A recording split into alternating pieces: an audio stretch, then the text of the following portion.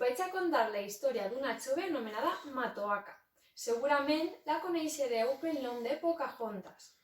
Matoaka va néixer a l'any 1595 i era la filla major del cap d'un poblat indi de Virgínia, als Estats Units d'Amèrica.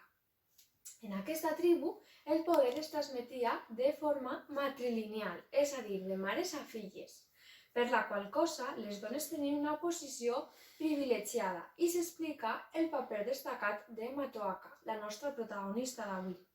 Quan Matoaka tan sols tenia 12 anys, un grup de colons anglesos va arribar al seu poblat per explorar la zona.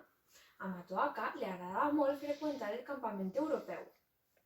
Al principi, la relació entre anglesos i indis era bona, però a poc els malentesos i la tensió van anar arribant.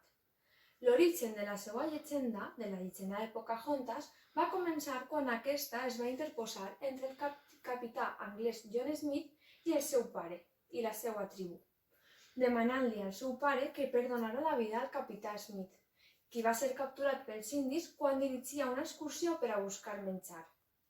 A partir d'ací va començar la guerra entre indis i anglesos. Durant els conflictes entre aquests, Matoaka va ser capturada per a ser utilitzada com a moneda de canvi. És a dir, o alliberes als anglesos que tens com a presoners o no et retorne a Matoaka. Més tard, la nostra protagonista es va casar amb un colon britànic i es va convertir al cristianisme. Aquesta unió va servir perquè les parts del conflicte signaren la pau.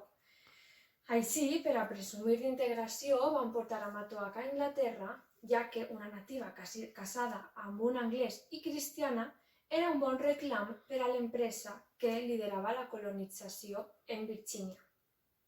Desgraciadament, Matoaka va morir abans de tornar a la seva terra natal, víctima d'una malaltia infecciosa. I això és tot.